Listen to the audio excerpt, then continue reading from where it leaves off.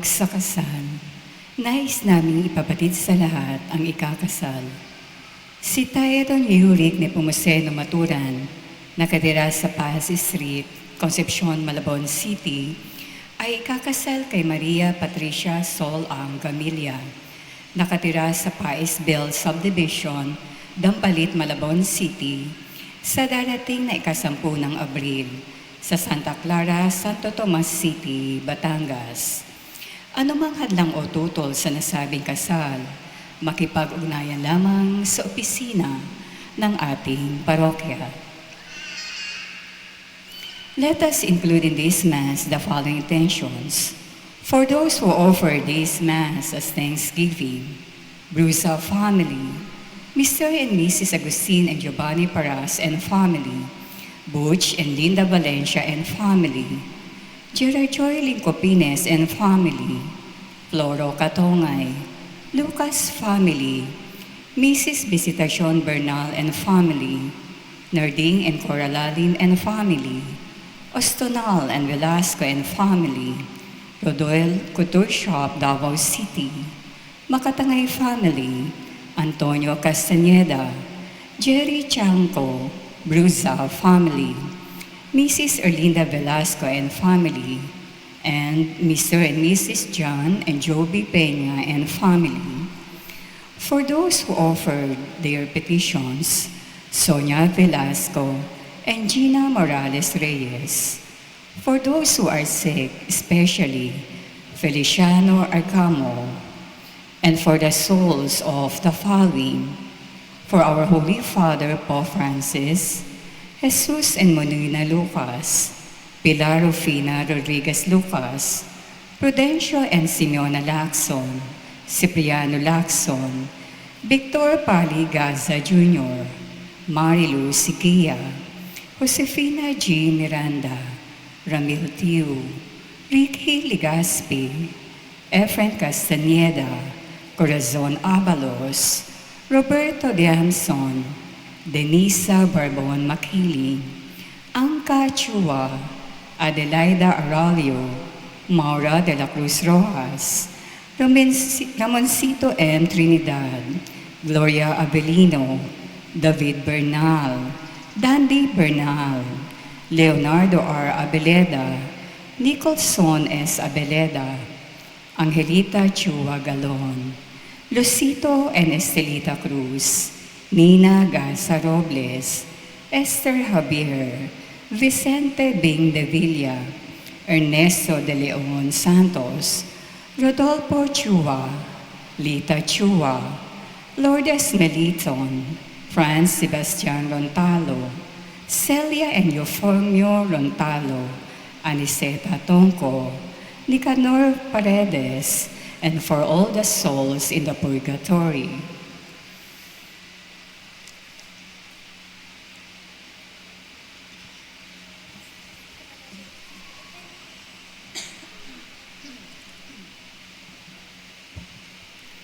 Good morning, brothers and sisters in Christ.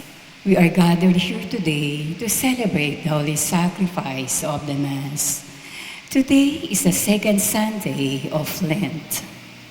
Journey along the path of God's love.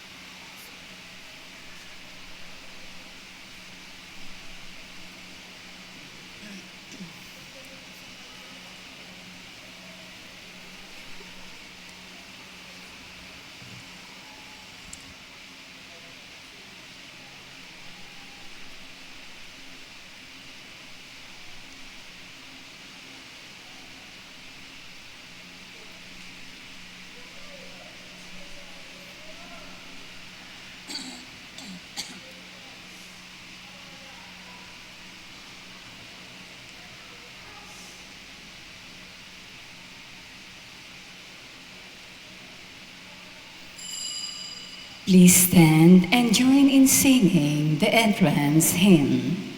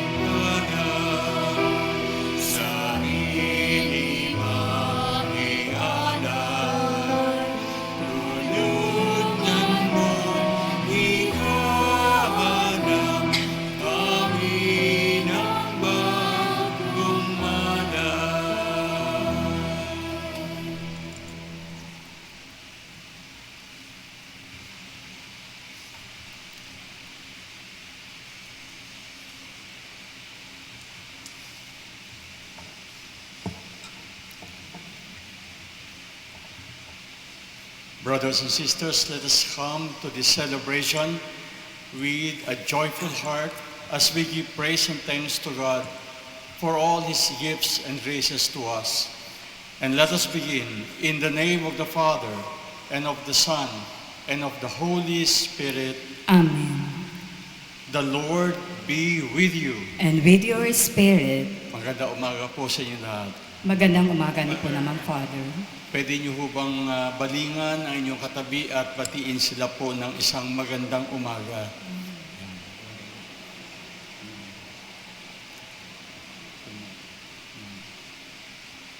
Brothers and sisters, today we celebrate the second Sunday of Lent, ikalawang linggo ng Kwaresma.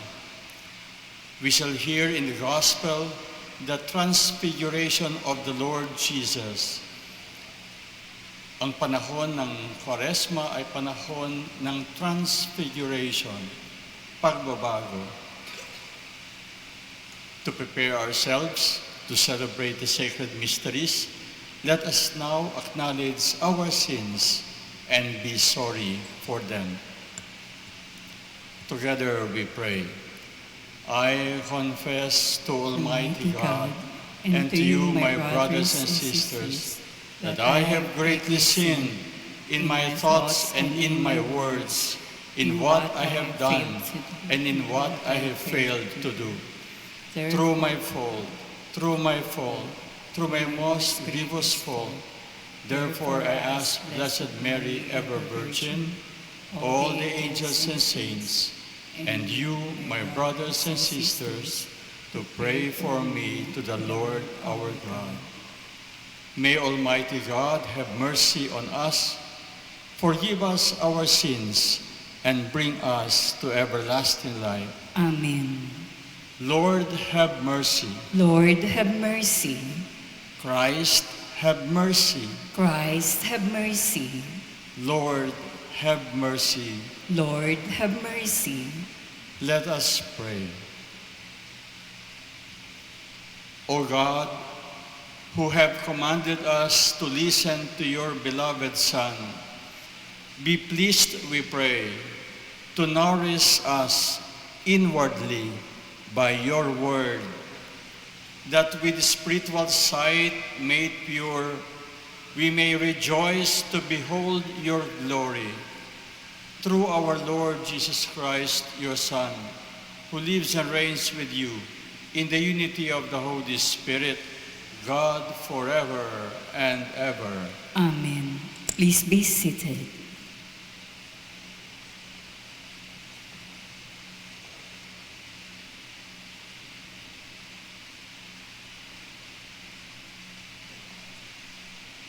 A reading from the book of Genesis. The Lord said to Abraham, "Go forth from the land of your kinsfolk and from your father's house to a land that I will show you. I will make of you a great nation, and I will bless you. I will make your name great, so that you will be a blessing. I will bless those who bless you, and curse those who curse you. All the communities of the earth shall find blessing in you." Abram went as the Lord directed him. The word of the Lord. Thanks be to God. Lord, let your mercy be on us as we place our trust in you. Lord, let your mercy be on us as we place our trust in you. Upright is the word of the Lord, and all his works are trustworthy. He loves justice and right. Of the kindness of the Lord, the earth is full. Lord, let your mercy be on us as we place our trust in you. See, the eyes of the Lord are upon those who fear him, upon those who hope for his kindness, to deliver them from death and preserve them in spite of famine.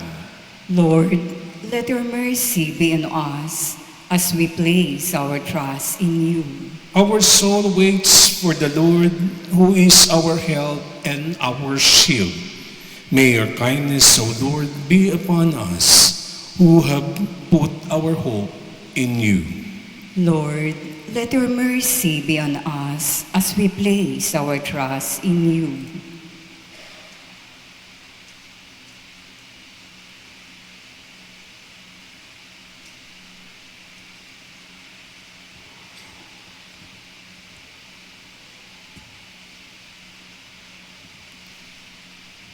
A reading from the second letter of St. Paul to Timothy. Beloved, bear your share of hardship for the gospel with the strength that comes from God.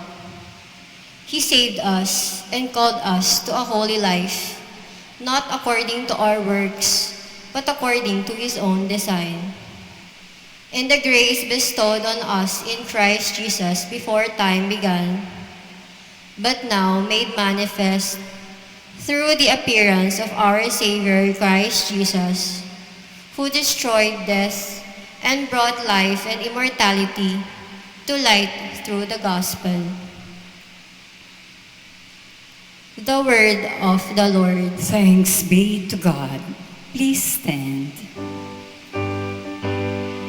Walhati at papuri sa'yo, Panginoong Jesucristo. Walhati at papuri sa'yo, Panginoong Jesucristo. From the shining cloud, the Father's voice is heard. This is my beloved Son. Hear him.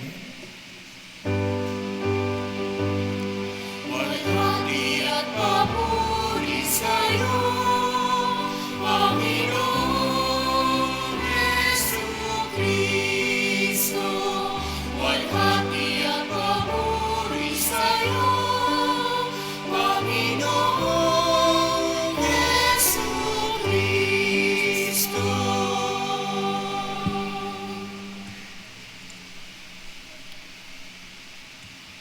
The Lord be with you. And with your spirit.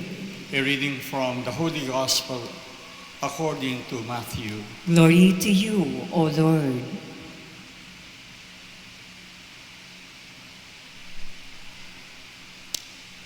Jesus took Peter, James, and John, his brother, and led them up a high mountain by themselves. And he was transfigured before them.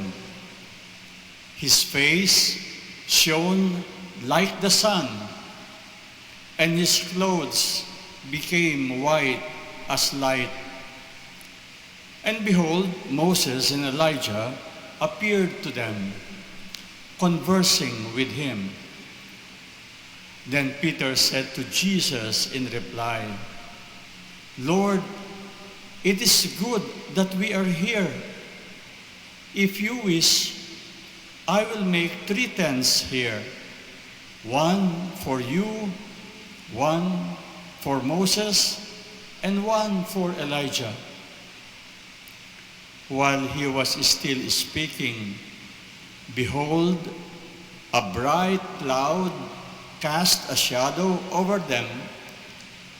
Then from the cloud came a voice that said, This is my beloved Son, with whom I am well pleased. Listen to him. When the disciples heard this, they fell prostrate and were very much afraid. But Jesus came and touched them, saying, Rise, and do not be afraid. And when the disciples raised their eyes, they saw no one else but Jesus alone. As they were coming down from the mountain, Jesus charged them, Do not tell the vision to anyone until the Son of Man has been raised from the dead. The Gospel of the Lord. Praise to you, Lord Jesus Christ. Please be seated.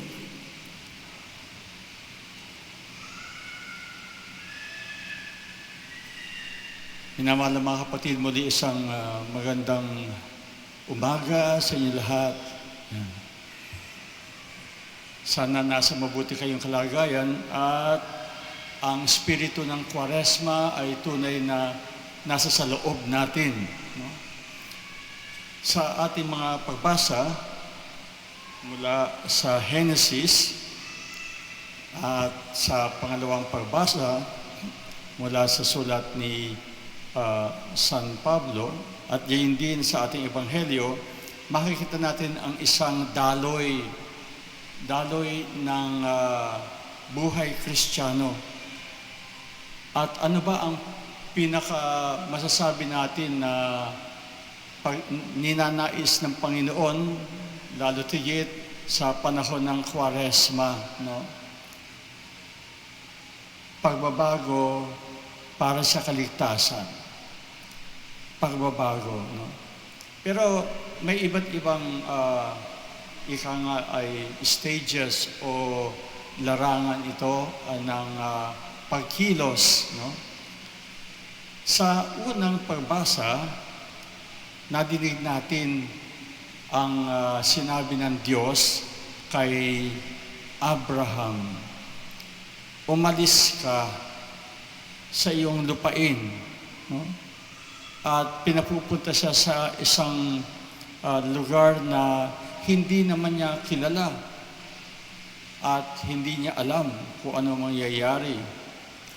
Pero may pangako ang Diyos, no?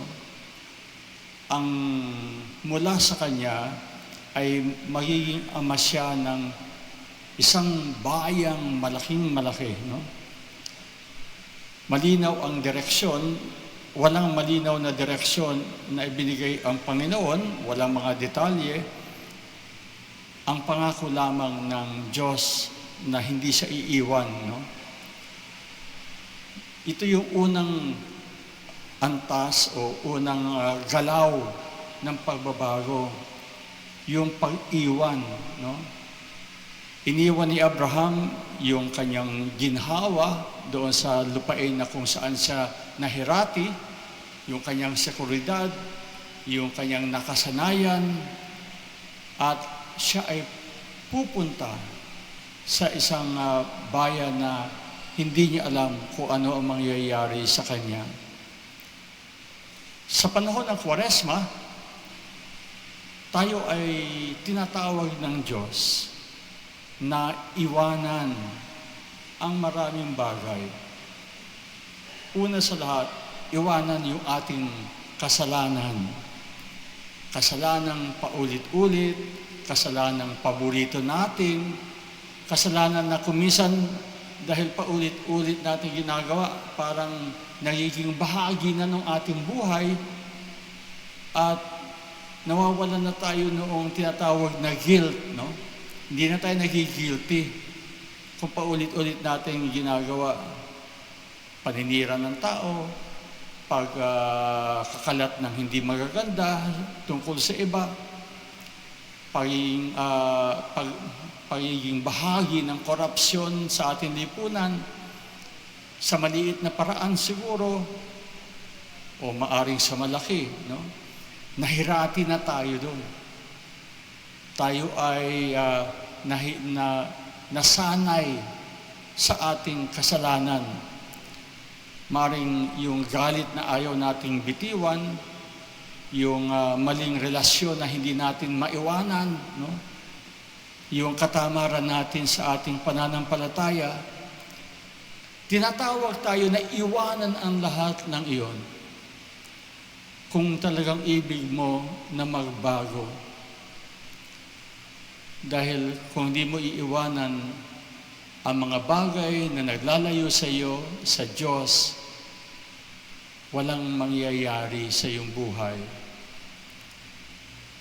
Gusto natin ng biyaya, kinakailangan nating kumilos.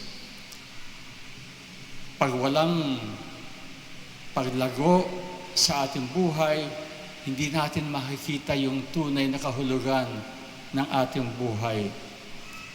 Ang ating pananampalataya ang nagdidikta sa atin na sumunod sa paanyaya ng Panginoon dahil ito ang kinalulugdan ng Diyos at ito ang tamang daan at tamang paraan upang mabuhay tayo ng maligaya at may kahulugan.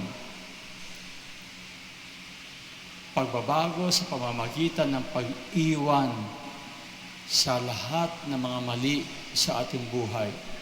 Pangalawa, sabi ni San Pablo, makibahagi ka sa pagdurusa para sa Ebanghelyo. Yun hong pagpapahayag ng mabuting balita, hindi ho madali. Hindi ito isang bagay na i-memorize mo lang, tapos uulitin mo sa iyong kapwa, tapos yun na.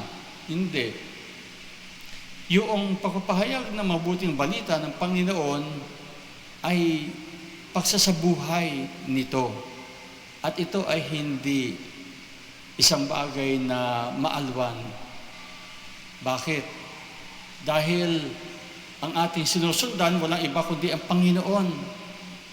Si Jesus, no? So, hindi ito komportable. Mayroon siyang kahirapan. Meron siyang pagsalungat sa natural na gusto ng ating katawan. No? Tayo ay mahilig sa masarap, magaan, maganda, no? Yung walang hirap. Pero ang buhay Kristiyano ay sinabi nga ng Panginoon, hindi naman ito isang hardin ng rosas lamang, kundi may mga tinik sa ating buhay. Basta ang importante ay alam natin na ang ating sakripisyo ay ginagawa natin dahil iyon ang kaakibat ng pagsunod sa tama. Dahil hindi ho lahat ng pagsunod sa tama ay madali. Dapat natin siyang ipaglaban. Dapat nating panindigan ang mga bagay na ito kahit na nakasasakit sa atin. Kahit na maaring itatakwil ka ng iba mong mga kaibigan. Pero kung yon ang tama, doon ka pagpapalain ng Panginoon. Hindi sapagkat ang karamihan ay gumagawa ng mali, ito ay nagiging tama. Paulit-ulit po natin itong ipinapaalala. At ang tama, kahit na iisa lang ang gumagawa, ay tama pa rin sa mata ng Diyos at sa katotohanan sa ating buhay.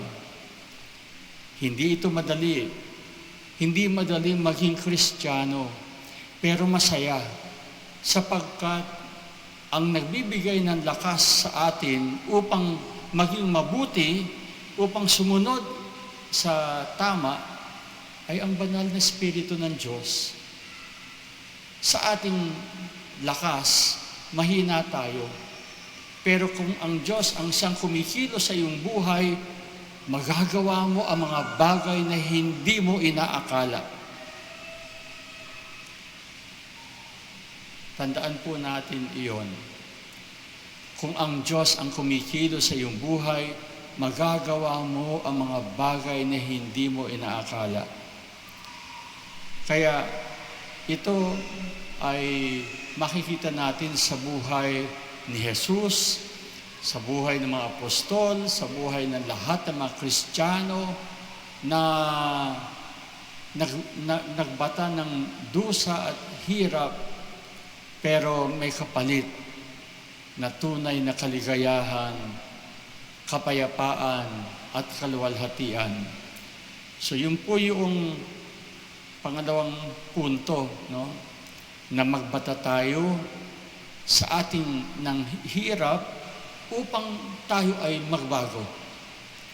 Bawat pagbabago, may hirap. Alam natin yan. Kahit na halimbawa sa isang nalulong sa droga, pag siya'y umaalis na doon sa kanyang pagkalulong, napakahirap. Pero, andoon yung kanyang kaligtasan. Ang pangatlo ay sa wakas, ang luwalhati ng Diyos, ang liwanag ng luwalhati ng Diyos ay pagkatapos ng krus. Dito ho sa ating ebanghelyo, ipinakita sa atin ni Jesus, hindi natatapos sa hirap ang ating buhay. Hindi natatapos sa kamatayan. Hindi natatapos sa alabok. Kundi ipinakita niya nung siya ay nagpanibago ng anyo, no? Na hindi mo maipaliwanag, na kamangha-mangha. Yung mga apostol ay natakot dahil hindi nila alam kung ano yung nakikita nila, no? Yun ay pasilip sa langit, pasilip ng kaluwalhatian na nagsasabi na ang bawat isa sa atin ay nilalang hindi para sa kabulukan, hindi sa kamatayan, kundi sa kaluwalhatian sa piling ng Diyos.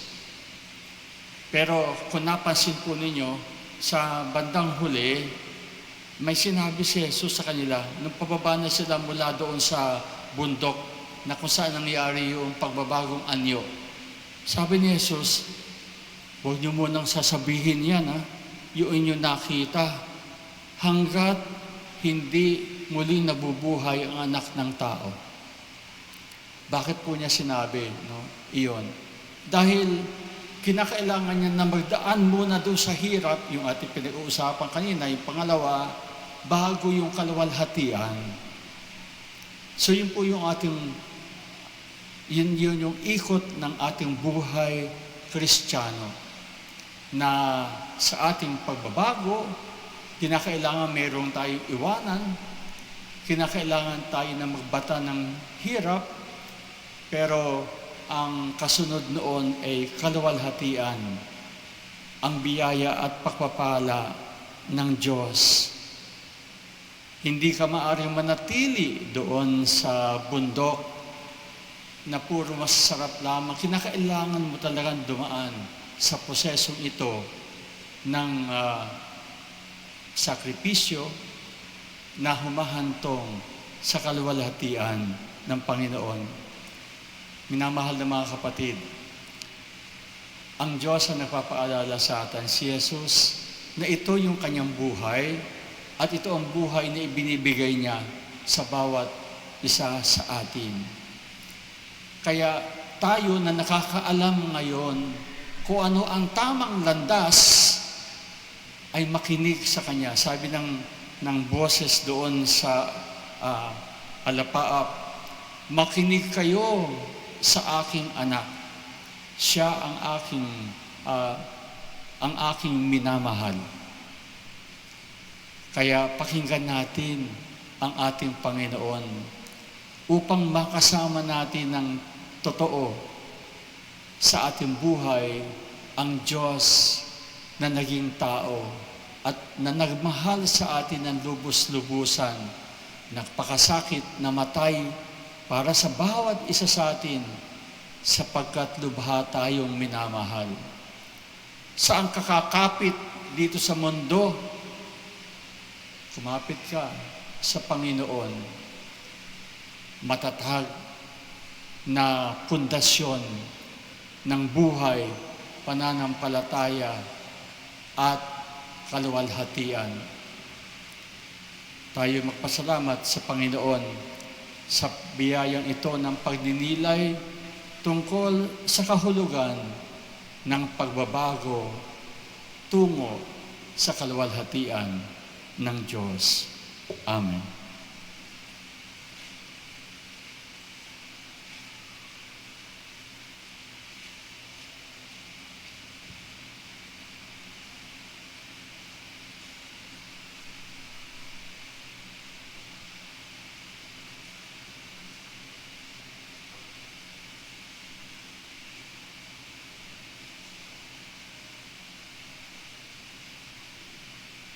Please stand. My beloved brothers and sisters, let us now profess our faith together. I believe in God, the Father Almighty, creator of heaven and earth, and in Jesus Christ, His only Son, our Lord, who who was conceived by the Holy Spirit, born of the Virgin Mary, suffered under Pontius Pilate, was crucified, died, and was buried. He descended into hell. On the third day, he rose again from the dead. He ascended into heaven and is seated at the right hand of God, the Father Almighty. From there, he will come to judge the living and the dead. I believe in the Holy Spirit, the Holy Catholic Church, the communion of saints, the forgiveness of sins, the resurrection of the body, and life everlasting. Amen. Brothers and sisters, from the cloud, the Heavenly Father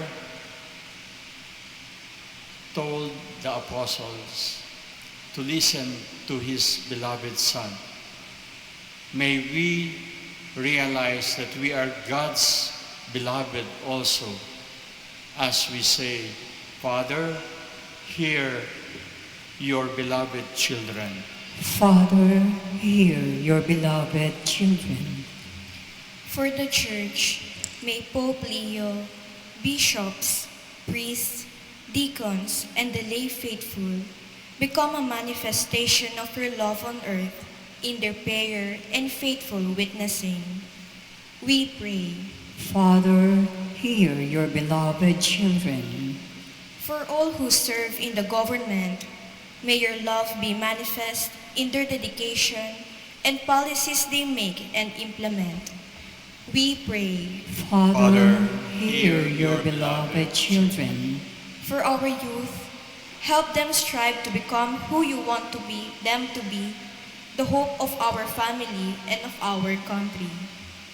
We pray Father, hear your beloved children. for the catechumens. May they be firm in their resolve to renounce sin, so as to reborn at the font of life and salvation on Easter. We pray Father, hear your beloved children. for us gathered today who are undergoing great difficulties. May we find purpose through the love and life of people around us. We pray Father, hear your beloved children. for our departed loved ones. May they behold the beauty of the transfigured Lord in heaven for all eternity. We pray. Father, hear your beloved children. Let us pray for the urgent concerns of our community and our personal intentions.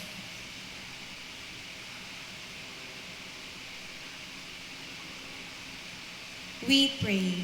Father, hear your beloved children.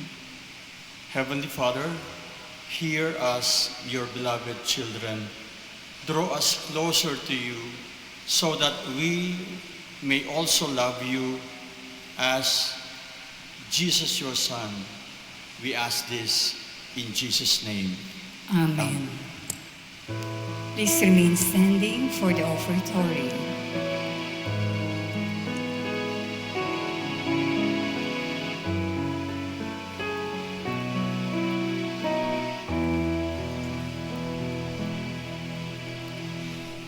Aming hatid alay na ito, ang tinapay na nagmula sa pagpapala mo. At ang gabi, alay na ito, pagkain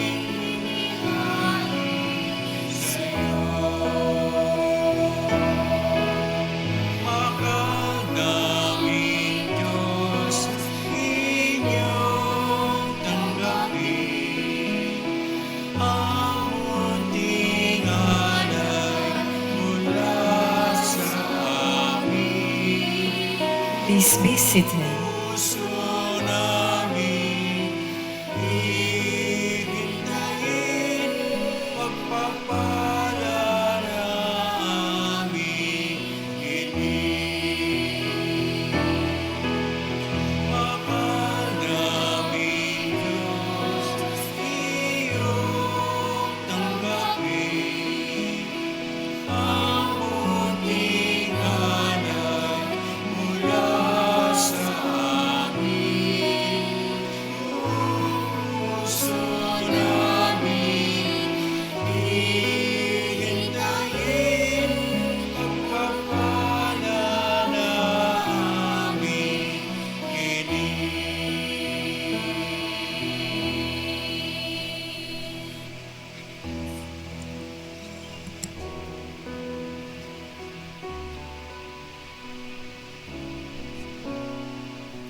Please stand.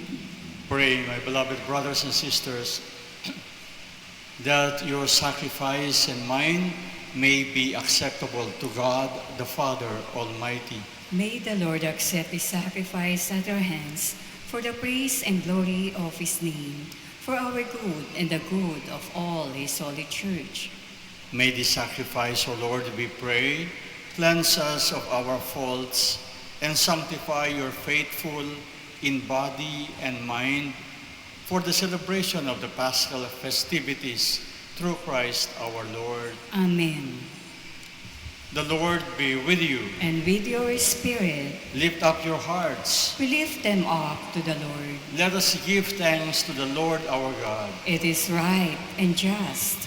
It is truly right and just, our duty and our salvation, always and everywhere, to give you thanks, Lord, Holy Father, Almighty and eternal God, through Christ our Lord. For after he had told the disciples of his coming death on the holy mountain, he manifested to them his glory, to show, even by the testimony of the law and the prophets, that the passion leads to the glory of the resurrection. And so with the powers of heaven, we worship you constantly on earth, and before your majesty without end we acclaim.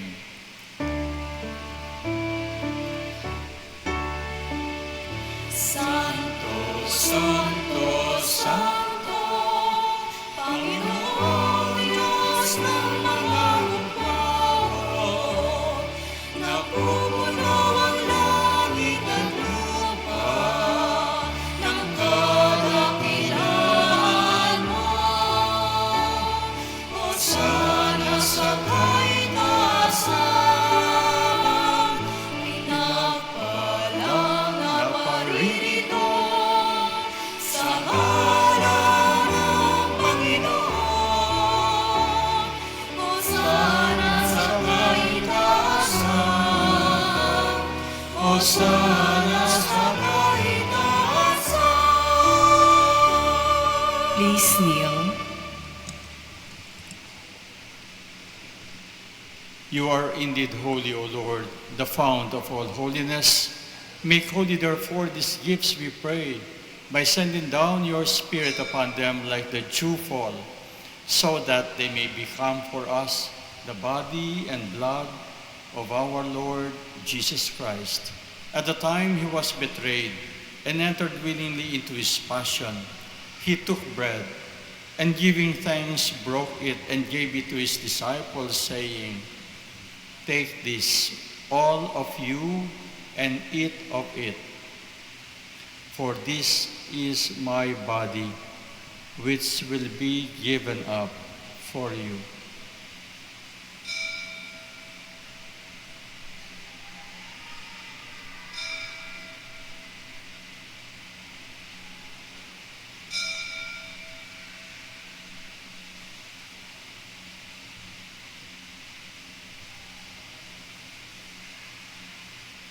In a similar way, when supper was ended, he took the chalice, and once more giving thanks, he gave it to his disciples, saying, "Take this, all of you, and drink from it. For this is the chalice of my blood, the blood of the new and eternal covenant, which will be poured out for you and for many, for the forgiveness of sins. Do this in memory of me."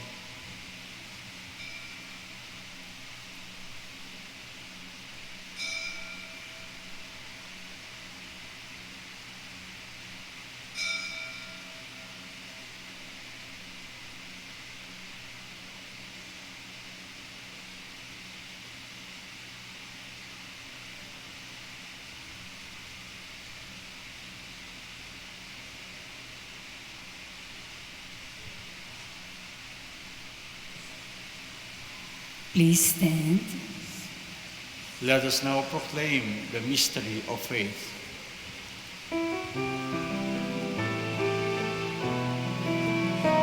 Sa krus mo at pagkabuhay, kami natubos at tunay.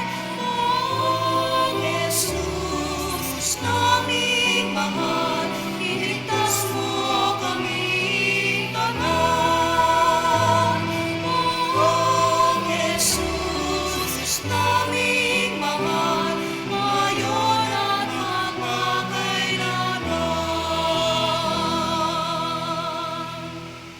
Therefore, as we celebrate the memorial of his death and resurrection, we offer you, Lord, the bread of life and the chalice of salvation, giving thanks that you have held us worthy to be in your presence and minister to you.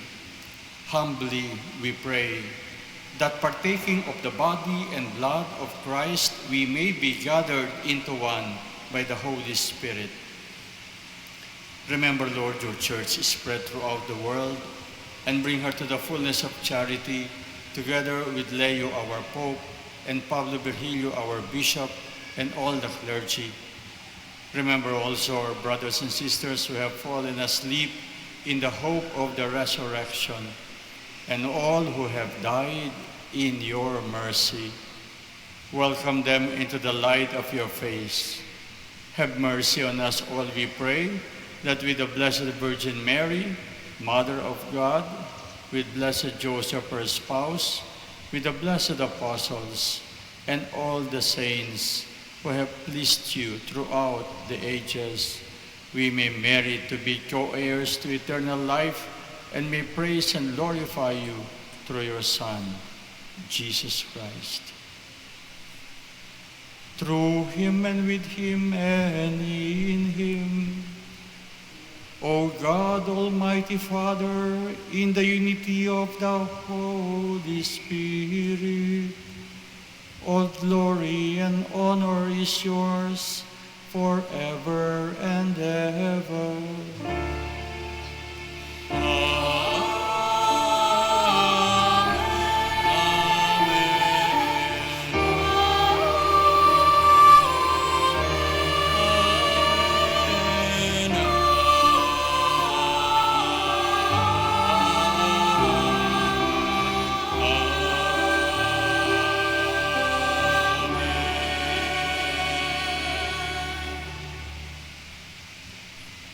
As one family of God, brothers and sisters, let us now pray the prayer Jesus himself, our brother, taught us. Our Father, who art in heaven, hallowed be thy name. Thy kingdom come, thy will be done, on earth as it is in heaven. Give us this day our daily bread, and forgive us our trespasses, as we forgive those who trespass against us. And lead us not into temptation, but deliver us from evil. Deliver us, Lord, we pray, from every evil. Graciously grant peace in our days, that by the help of your mercy, we may be always free from sin and safe from all distress, as we await the blessed hope and the coming of our Savior, Jesus Christ. For the kingdom, the power, and the glory are yours now and forever. O Lord Jesus Christ, who said to your apostles, "Peace I leave you, my peace I give you," look not on our sins, but on the faith of your church, and graciously grant her peace, healing, and unity in accordance with your will, who live and reign forever and ever. Amen. The peace of the Lord be with you always. And with your spirit. Let us now offer each other the sign of Jesus' peace. Peace be with you. Kapayapaan po sa inyo.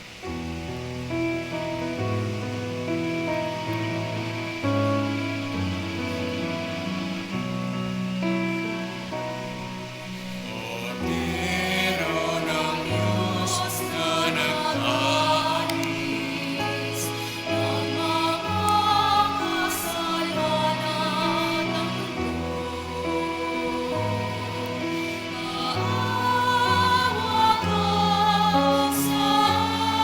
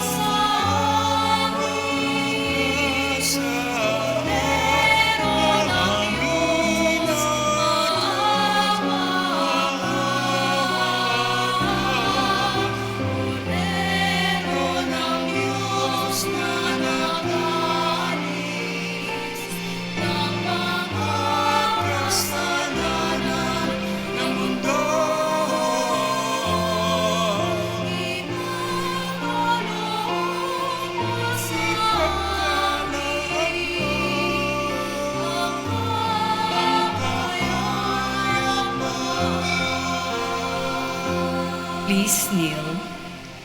Behold the Lamb of God, Jesus, our Savior. Behold him who takes away the sins of the world. Blessed are those called to the supper of the Lamb. Lord, Lord. I'm not worthy that you should enter under my roof, but only say the word, and my soul shall be healed. May the body and blood of our Lord Jesus Christ keep us safe for eternal life. Amen.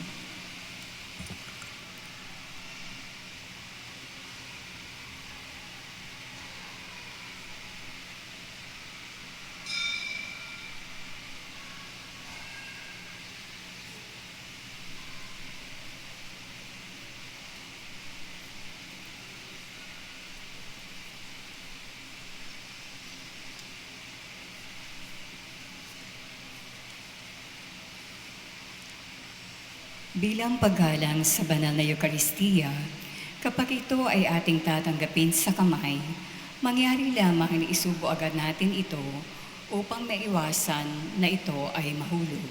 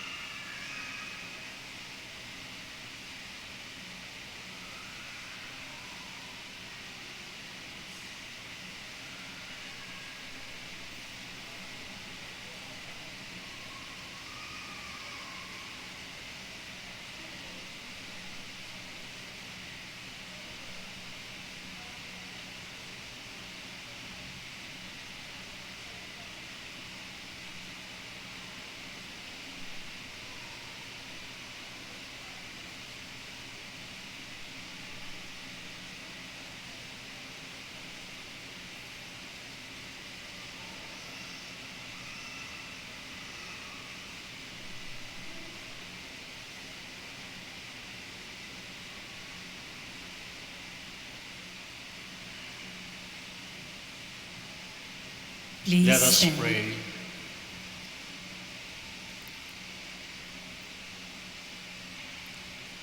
As we receive these glorious mysteries, we make thanksgiving to you, O Lord, for allowing us while still on earth to be partakers, even now, of the things of heaven through Christ our Lord. Amen. Ngayon po ay inaanyayahan natin yung lahat ng mga may birthday sa buwan ng Marso at may wedding anniversary sa buwan ng Marso na pumarito sa harapan para sa pagbabasbas dahil ang unang linggo ay palagi nating idinededicate sa atin pong mga birthday celebrants of the month and also wala ho bang may birthday ng March? Wala may birthday ng March? Nakapagtataka. Ayaw nila ng Marso. Okay. Medyo nahihiya lang po pala. Okay. Pero kaunti talaga, kaunti. Ipadasal po natin yung lahat po na nasa upuan. Ipadasal po natin yung ating mga birthday celebrants and yung wedding anniversary celebrants.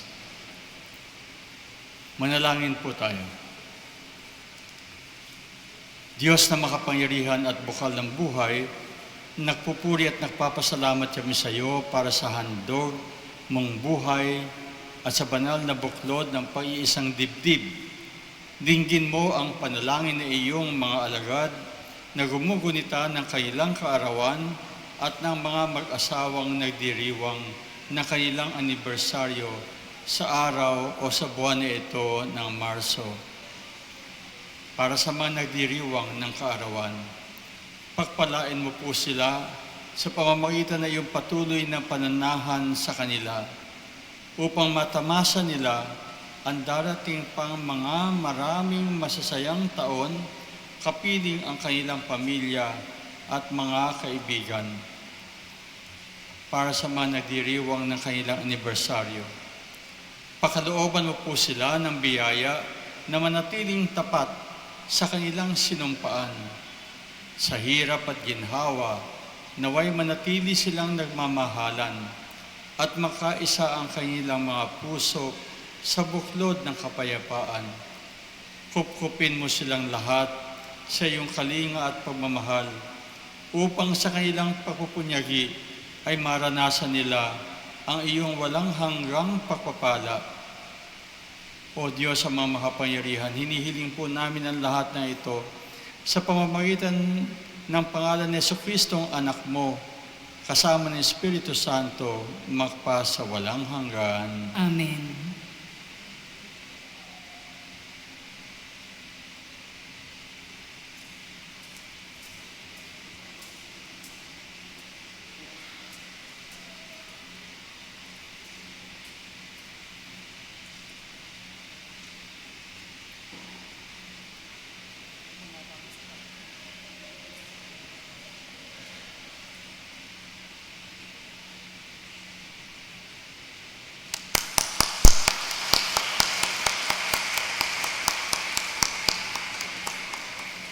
Please be seated for some announcements.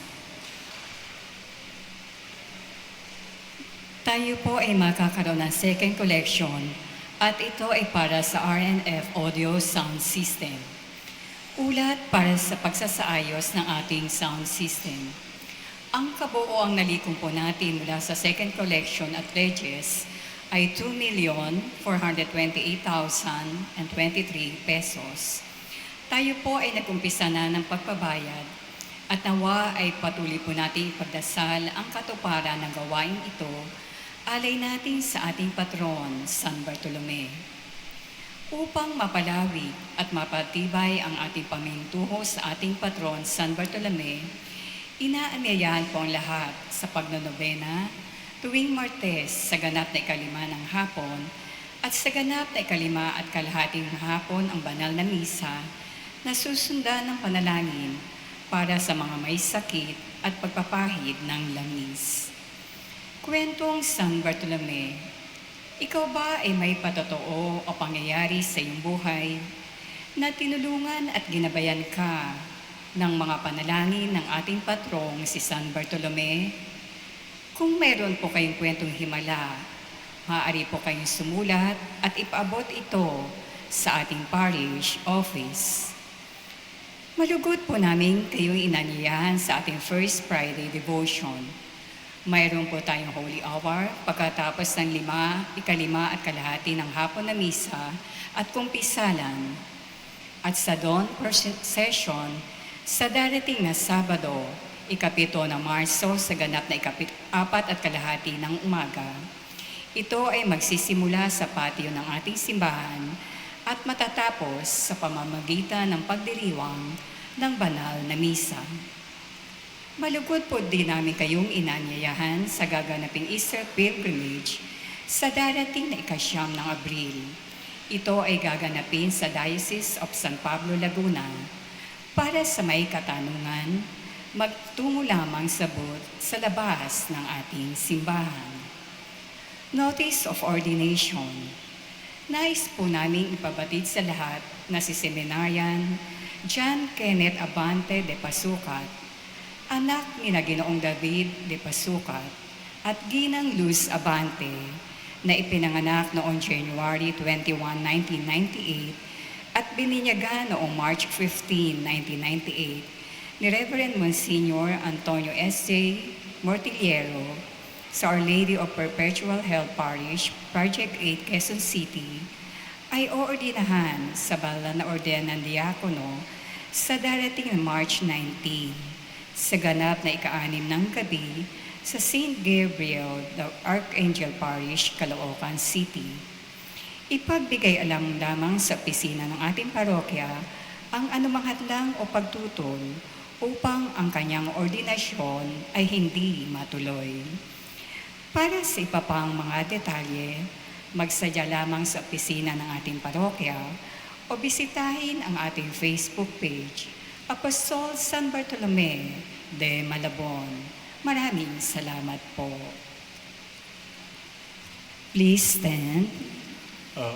Bukas po ay Marso 2 ay birthday po ng ating mahal na obispo, Pablo Virgilio S. Cardinal David. Kaya ipagdasal po natin siya para sa lahat ng kanyang intensyon. Alam natin, napakadaming gawain at responsibilidad niya yun ng ating mahal na obispo dito sa ating diocese, sa National Conference of Bishops, sa Federation of Asian Bishops Conference, sa Roman Curia, kasama ang Santo Papa, at marami pang iba. So, ipadasal po natin with one Our Father, Hail Mary, and Glory be. Sabay-sabay po tayo. Ama namin, sumasalangit ka, sambahin ang ngalan mo, mapasa amin ang kaharian mo, sundin ang loob mo dito sa lupa, panang sa langit. Bigyan mo kami ngayon ng aming kakanin sa araw-araw at patawarin mo kami sa aming mga sala para ng pagpapatawad namin sa nakakasala sa amin. At huwag mo kami ipaintulid sa tukso at iadya mo kami sa lahat ng masama. Aba, Ginoo Maria, napupuno ka ng grasya, ang Panginoong Diyos ay sumasa iyo. Bukod kang pinagpala sa babaeng lahat, pinagpala naman ay iyong anak na si Jesus. Santa Maria, Ina ng Diyos, panalangin mo kami makasalanan, ngayon at yung kami mamamatay. Amen. Luwalhati, sabay-sabay po. Luwalhati sa Ama at sa Anak at sa Espiritu Santo, kapara ng unang-una, ngayon at magpakailanman, magpasawalang hanggan. Amen. San Roque, Ipanalangin mo kami. Our Lady of Nieva, Ipanalangin mo kami. San Bartolome, Ipanalangin mo kami. lahat ng mga santo. Ipanalangin mo kami. The Lord be with you. And with your spirit, Bow your heads and pray for God's blessing. Bless your faithful, we pray, O Lord. with a blessing that endures forever, and keep them faithful to the gospel of your only begotten Son, so that they may always desire and at last attain that glory whose beauty he showed in his own body to the amazement of his apostles, through Christ our Lord. Amen. And may the blessing of the Almighty God, the Father, and the Son, and the Holy Spirit come upon you and remain with you now and forever. Amen. The Mass has been offered. Let us go in peace, glorify the Lord by your life. Thanks be to God. Maraming salamat po and God bless you.